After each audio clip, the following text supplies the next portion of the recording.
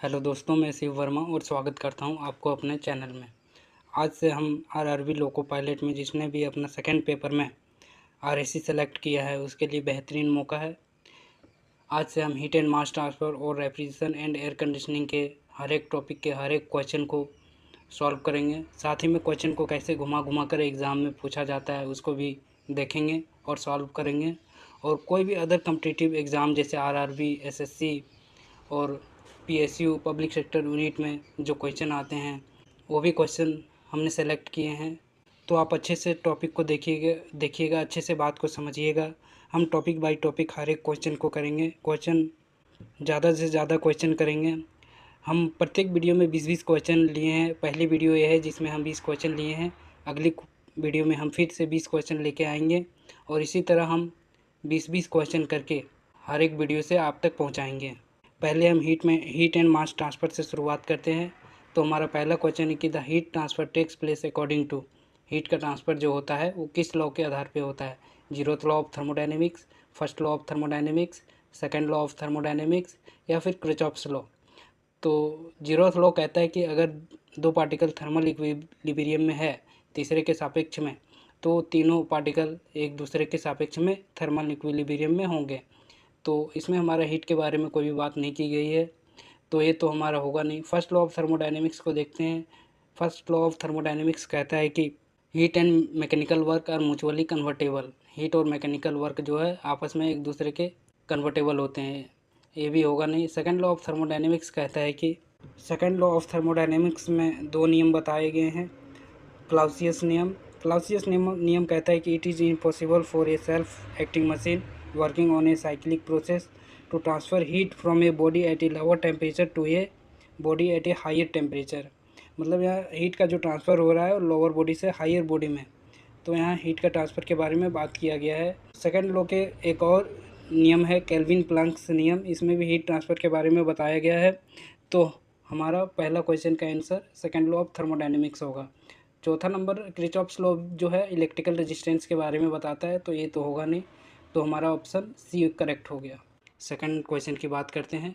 From one particle of the body to another without the actual motion of the particle is called.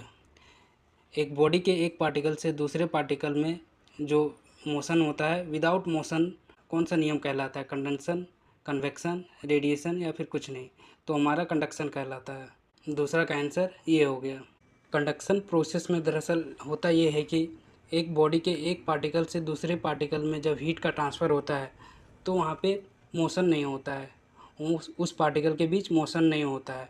वो एक किस position पे रह के दूसरे पार्टिकल तक हीट का ट्रांसफ़र करते हैं, तो उसको कंडक्शन कहते हैं। तो दूसरे क्वेश्चन का आंसर ये हो गया। अब बढ़ते हैं तीसरे क्वेश्चन की ओर। तीसरा क्वेश्चन हमारा कहता है radiation is the process of heat transfer in which heat flows from a fill in the blank in a straight line without affecting the intervening medium. मतलब तीसरा क्वेश्चन कहता है कि रेडिएशन एक ऐसा प्रोसेस है जहाँ हीट का ट्रांसफ़र एक स्ट्रेट लाइन में होता है, जहाँ पे कोई भी मीडियम का यूज़ नहीं करते हैं। तो ऑप्शन देख लेते हैं। पहला ऑप्शन है cold body to hot body, या फिर hot body to cold body, या smaller body to larger body, या फिर larger body to smaller body. तो रेडिएशन प्रोसेस में जो है हमारा hot body to cold body heat का ट्रांसफ़र फ्लो होता है। Radiation is the process of heat transfer in which heat flow from a hot body to cold body in a straight line without affecting the intervening medium. Radiation एक ऐसा process है जहाँ heat का transfer hot body से cold body में होता है, straight line में होता है, और वो कोई भी मीडियम का यूज़ नहीं करता है, वो हमारा रेडिएशन कहलाता है। बढ़ते हैं अगले क्वेश्चन की ओर। चौथा नंबर क्वेश्चन कहता है कि the process of heat transfer from one particle of the body to another by the actual motion of the heated particle it's called. चौथा क्वेश्चन कहता है कि हीट का जो ट्रांसफ़र है एक बॉडी में एक पार्टिकल से दूसरे पार्टिकल के बीच जहाँ पे हमारा मोशन होता है, तो वो कौन सा प्रोसेस कहलाता है? तो कंडक्शन तो होगा नहीं, कन्वेक्शन होगा। कन्वेक्शन में हमारा हीट का जो ट्रांसफ़र है एक पार्टिकल से दूसरे पार्टिकल में होता है, तो वहाँ पार्टिकल मूव करता है, एक पार्टिकल मूव करके दूसरे पार्टिकल तक पहुँचता है, वो हीट का ट्रांसफ़र करता है। उसी तरह दूसरा पार्टिकल तीसरे पार्टिकल के बीच मोशन करके हीट का ट्रांसफ़र करता है। इस प्रोसेस को कन्वेक्शन प्रोसेस कहते हैं। तो चौथे नंबर क्वेश्चन का आंसर हमारा बी हो गया। बढ़ते हैं अगले क्वेश्चन की ओर। पाँचवा नंबर 5वां नंबर कहता है कि the process of heat transfer from a hot body to a cold body in a straight line without affecting the intervening medium. दरअसल ये क्वेश्चन हमने पहले भी देख लिया है। तो ये हमारा रेडिएशन कहलाता है, जहाँ पे हीट का ट्रांसफ़र हॉट बॉडी से कोल्ड बॉडी में होता है और स्ट्रेट लाइन में होता है और कोई भी मीडियम का यूज़ नहीं करता है, वो डायरेक्टली फ्लो होता है एक पार्टिकल से दूसरे पार्टिकल में। बढ़ते हैं अगले क्वेश्चन की ओर। 6 नंबर क्वेश्चन कहता है कि the process of heat transfer from one particle of the body to another is called conduction when the particle of the body. Question कह रहा है कि हीट का जो ट्रांसफ़र है एक पार्टिकल से दूसरे पार्टिकल में होता है, उसको कंडक्शन कहते हैं। जब पार्टिकल, बॉडी का पार्टिकल जो है, ऑप्शन में दिया हुआ है पहला option move actually, B number do not move actually, या फिर अफेक्टिंग द इंटरवेनिंग मीडियम, या फिर does not affecting the intervening medium. तो हम जानते हैं कि कंडक्शन प्रोसेस में जो है पार्टिकल हमारा मूव नहीं करता है, वो एक जगह पे खड़े रह के दूसरे पार्टिकल तक हीट का ट्रांसफ़र करता है। तो यहाँ पे हमारा ऑप्शन बी हो जाएगा, डू नॉट मूव एक्चुअली। बढ़ते हैं अगले क्वेश्चन की ओर। 7 नंबर क्या कहता है, in case of liquid and gases the heat transfer takes place according to. Liquid और गैसेस में हीट का ट्रांसफ़र किस प्रोसेस के आधार पे होता है, कंडक्शन, कॉन्वेक्शन, रेडिएशन या फिर कोई नहीं। तो हमारा लिक्विड एंड गैसेस में कॉन्वेक्शन के जरिए हीट का ट्रांसफ़र होता है। बढ़ते हैं अगले क्वेश्चन की तरफ। 8 नंबर क्वेश्चन कहता है the heat of sun reaches to us according to. Sun का जो हीट है हमारे पास किस प्रोसेस से पहुंचता है, कंडक्शन प्रोसेस से, कॉन्वेक्शन प्रोसेस से, रेडिएशन प्रोसेस से या फिर रिफ्लेक्शन प्रोसेस से। तो सन का जो हीट है हमारे पास रेडिएशन प्रोसेस के आधार पे पहुंचता है। रेडिएशन प्रोसेस क्या कहता है कि हीट का जो ट्रांसफ़र है एक पार्टिकल से दूसरे पार्टिकल में डायरेक्टली होता है, स्ट्रेट लाइन में होता है और कोई भी मीडियम का यूज़ नहीं करता है, हॉट बॉडी से डायरेक्ट कोल्ड बॉडी में होता है। तो उसका एग्जांपल सन हो गया। सन हमारा हीटेड पार्टिकल हो गया और पृथ्वी हमारा कोल्ड बॉडी हो गया। बढ़ते हैं अगले क्वेश्चन की ओर। 9 नंबर कहता है कि the transfer of heat molecular collision is known as. Heat का जो ट्रांसफ़र है वो मॉलिक्यूलर कोलिजन के ज़रिए होता है, वो कौन सा प्रोसेस कहलाता है। तो ऑप्शन में हमारा कन्वेक्शन, कंडक्शन, रेडिएशन या फिर नन ऑफ दिस। तो मॉलिक्यूलर कोलिजन हमारा कन्वेक्शन में होता है। कन्वेक्शन में हमारा लिक्विड एंड गैसेस आ गया, जिसके मॉलिक्यूल आपस में एक दूसरे से टकराते हैं और हीट का ट्रांसफ़र करते हैं। तो इसका आंसर कन्वेक्शन हो गया, जहाँ पे मॉलिक्यूलर कोलिजन के द्वारा हीट का ट्रांसफ़र किया जाता है। बढ़ते हैं 10 नंबर क्वेश्चन की ओर। 10th नंबर क्वेश्चन कहता है कि the transfer of heat bye molecular collision which is smallest in. Heat का जो ट्रांसफ़र है मॉलिक्यूलर कोलिजन के ज़रिए होता है, वो सबसे कम किस में होता है। ऑप्शन में सॉलिड में, लिक्विड में, गैसेस में या किसी में नहीं। तो हीट का ट्रांसफ़र मॉलिक्यूलर कोलिजन के द्वारा सबसे कम गैसेस में होता है। गैस के जो पार्टिकल होते हैं उसके मॉलिक्यूल जो कोलाइड करते हैं, टकराते हैं, वो सबसे कम होता है उसमें हीट का ट्रांसफ़र। बढ़ते हैं अगले क्वेश्चन की ओर। 11th नंबर क्या कहता है, the heat is transferred by conduction, convection and radiation in. Heat का जो ट्रांसफ़र है वो कंडक्शन, कन्वेक्शन, रेडिएशन, ये तीनों प्रोसेस एक साथ किस में होते हैं। तो ऑप्शन में पहला है melting of ice boiler furnace में, condensation of steam in condenser में, इवापोरेशन इन चिलर में। तो तीनों प्रक्रिया हमारा किस में होता है, तो वो बॉयलर फर्नेस में होता है, जहाँ पे हमारा कंडेंसन भी होता है, कन्वेक्शन भी होता है और रेडिएशन भी होता है। बढ़ते हैं अगले क्वेश्चन की ओर। 12th नंबर क्वेश्चन कहता है कि the space between the two walls of a thermos flask is evacuated because vacuum is a fill in the blank conductor of heat. मतलब कि एक थर्मस फ्लास्क है जिसके दोनों वाल के बीच खाली होता है, बिकॉज क्योंकि वैक्यूम जो है वो कौन सा कंडक्टर, हीट का क्या कौन सा कंडक्टर है। ऑप्शन में हमारा गुड कंडक्टर, बैड कंडक्टर या फिर दोनों या फिर कोई नहीं। तो हमारा वैक्यूम जो है उसमें बैड कंडक्टर में आएगा। बढ़ते हैं अगले क्वेश्चन की ओर। 13 नंबर क्वेश्चन कहता है कि the heat transfer from a hot body to a cold body is directly proportional to the surface area and difference of temperature between the two bodies, this statement is called. मतलब heat का transfer hot body से cold body में होता है, वो directly proportional होता है surface area के और temperature difference between two bodies के। तो वो कौन सा नियम है। तो ऑप्शन में हमारे पहला है कि first law of thermodynamics, second दूसरा है कि न्यूटन्स लॉ ऑफ कूलिंग या फिर न्यूटन्स लॉ ऑफ हीटिंग या फिर स्टेफेंस लॉ। तो फर्स्ट लॉ ऑफ थर्मोडायनेमिक्स होगा नहीं, न्यूटन्स लॉ ऑफ कूलिंग, इसका 13 नंबर का answer Newton's law of cooling होगा। न्यूटन्स लॉ ऑफ कूलिंग कहता है कि हीट का जो ट्रांसफ़र है हॉट बॉडी से कोल्ड बॉडी में वो डायरेक्टली प्रोपोर्शनल होता है सरफेस एरिया के और temperature difference between two bodies के। बढ़ते हैं अगले क्वेश्चन की और 14th number question. 14th number question कहता है कि the transfer of heat from one body to another takes place only when there is a fill in the blanks between the bodies. Heat का जो transfer है एक body से दूसरे body में तब होता है जब हमारा क्या होता है उन दोनों के बीच।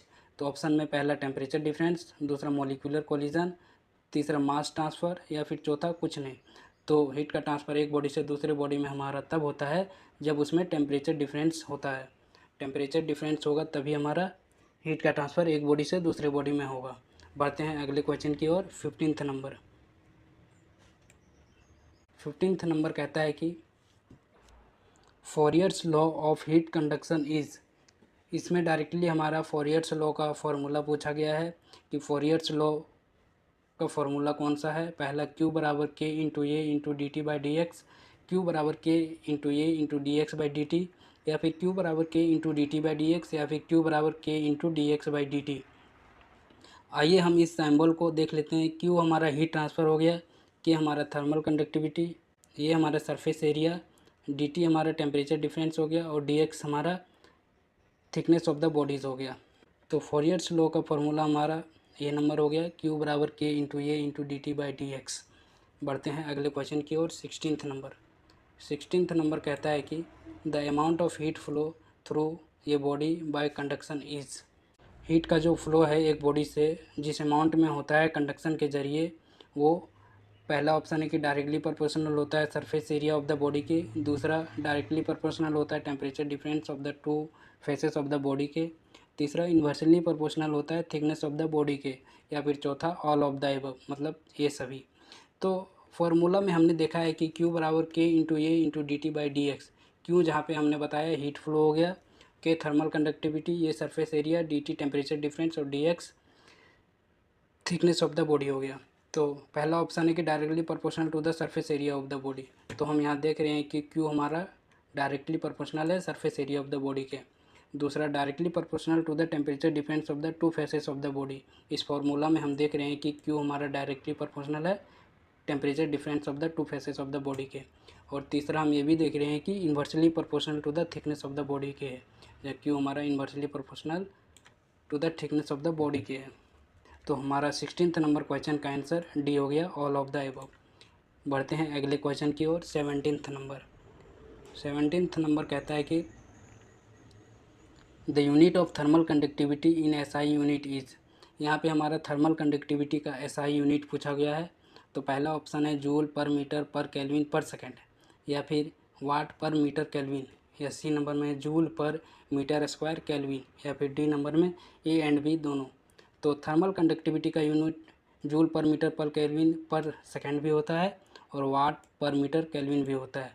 तो इसका आंसर डी नंबर हो गया, ए एंड बी दोनों। बढ़ते हैं अगले क्वेश्चन की ओर। 18th number question. 18th number question कहता है कि the average value of thermal conductivity for water at 20 degree Celsius saturate is about. Thermal conductivity का एवरेज वैल्यू जो है वाटर के लिए 20 डिग्री सेल्सियस पर कितना होता है। तो ऑप्शन में हमारा 0.51, 0.41, 0.21 या फिर 0.67। तो इसका आंसर हमारा 0.51 होता है। एवरेज वैल्यू वाटर का 0.51 होता है। अब बढ़ते हैं अगले क्वेश्चन की ओर। 19th number question. 19th number question कहता है कि the rate of heat flow through a body is Q बराबर K into A into T1 minus T2 बटे एक्स बटे के ए, जहाँ पे द टर्म एक्स बटे के ए जो है वो क्या कहलाता है। तो इस फॉर्मूला जो दे दिया है, इस फॉर्मूला में टर्म एक्स बटे के ए जो दिया गया है वो क्या कहलाता है। तो ऑप्शन में हमारा thermal coefficient, thermal resistance, thermal conductivity या फिर थर्मल कंडक्टेंस। तो हमारा एक्स बटे के ये जो है थर्मल रेजिस्टेंस कहलाता है। बढ़ते हैं 20 नंबर क्वेश्चन की ओर। जहाँ पे बोला गया है the rate of heat flow through a body Q बराबर K into A into T1 minus T2 बटे x is the term T1 minus T2 बटे एक्स इज़ नोन एज। यहाँ पर T1 माइनस T2 बटे एक्स को क्या कहते हैं? तो इस फॉर्मूला में T1 माइनस T2 बटे एक्स को ऑप्शन में देख लेते हैं। पहला टेम्परेचर ग्रेडियंट, दूसरा थर्मल रेजिस्टेंस, तीसरा थर्मल कंडक्टिविटी या फिर चौथा टेम्परेचर कोफिशिएंट। तो T1 माइनस T2 बटे एक्स को टेम्परेचर ग्रेडियंट कहते हैं। 19th नंबर और 20th नंबर ये दोनों बहुत इंपॉर्टेंट है, ये कई बार एग्ज़ाम में पूछा भी गया है। तो यहाँ पे हमारा 20 question heat and mass transfer के समाप्त होते हैं। इसी तरह हम फिर से अगले वीडियो में 20 question heat and mass transfer का करते जाएंगे और साथ में क्वेश्चन को कैसे घुमा घुमा कर पूछा जाता है एग्ज़ाम में ये भी हम देखेंगे। आप लोग को किसी भी तरह से क्वेश्चन छूटेगा भी नहीं। आप प्लीज़ इस वीडियो को फॉलो करते रहिए और सारे क्वेश्चंस करते जाइए और हमारे चैनल को सब्सक्राइब करके रखिए ताकि आने वाली सभी वीडियो आपको देखने को मिले और सीखने को भी मिले। धन्यवाद।